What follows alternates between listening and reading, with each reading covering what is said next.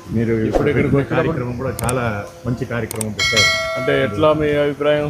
చాలా బాగుంది సార్. పురాణంలో భాగవతంలో 4వ స్కందంలో ఋతు మహారాజా అని ఒక మహారాజా ప్రార్థన చేస్తారు. అంటే దేశంలో ఇవన్నీ సుభిక్షం లేకుండా కరువు కాలం అయిపోతుంది. అప్పుడు ఆయన ప్రార్థన చేస్తుండగా అప్పుడు భూమాత ప్రార్థన చేస్తాడు. భూమాత వెళ్ళిపోతుంటే భూమాతని ఇచ్చి నమస్కారం చేసి అంటే నన్ను దాసి కాకుండా తల్లిగా చూడు, ఈ పరిసరాలంతా కూడా సవ్యసాధంగా ఉండాలంటే నా దగ్గర నుంచి అన్ని తీసుకుంటున్నారు కానీ నాకేది ఇవ్వడం లేదు, భూమిలో ఉండేటివన్నీ కూడా మీరే స్వీకరిస్తున్నారు. భూమిని పరిశ్రమ చేసి భూమిని సంరక్షణ చేసి చేయాలని మహారాజుకి ఒక 5 ఒప్పందాలు చేసుకుంటారు. ఆ 5 ఒప్పందాల్లో ఇది ఒకటి.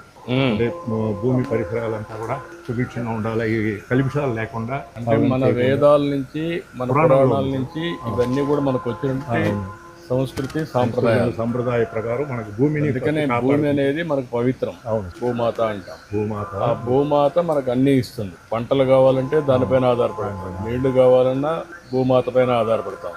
అదే మరి ఖనిజ సంపద వచ్చినా భూమాత ఇస్తుంది. అలాంటప్పుడు మనం సక్రమంగా ఉపయోగించుకుంటే భవిష్యత్తుకు ఇబ్బంది ఉండదు, బంగారు భవిష్యత్తు ఉంది. ఉపయోగించుకోకపోతే ఈ ఇబ్బందులు వస్తాయి అనేది చరిత్రలో కూడా ఉన్నాయి. కానీ ఇప్పుడు ప్రస్తుత పరిస్థితులు అవన్నీ మర్చిపోయారు. ఎట్లా గుర్తు చేయగలరు? ఇప్పుడు అందరికీ తెలియపరిచే ఈ యొక్క కార్యక్రమం వల్ల అందరికీ తెలుస్తుంది.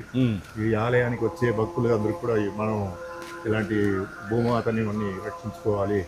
చెట్లు జాములు, ఈ చెట్లు ఎరువులు ఉంటే మంచి గాలి వస్తుంది, ఆరోగ్యం బాగుంటుంది. భూమి బాగా ఉంటే దానివల్ల ఎక్కువ మనకు సదుపాయాలు వస్తాయి, పంటలు వస్తాయి. ఋతు మహారాజా పురాణంలో ఉంది సార్. ఇప్పుడు మీరు చేసుకునే కార్యక్రమము స్వర్ణాంధ్ర స్వచ్ఛాంధ్ర అని చెప్పి కార్యక్రమానికి చాలా ప్రాముఖ్యత ఉంది. చేస్తే అందరికి ఇక్కడ తెలియపరిస్తే అందరు కూడా అది పాటించి దేవాలయాల్లో కూడా అది జరుగుతుంది. దేవాలయాల్లో చాలా పవిత్రతలు వస్తున్నారు, వాళ్ళకి తెలియని వాళ్ళు ఉంటారు.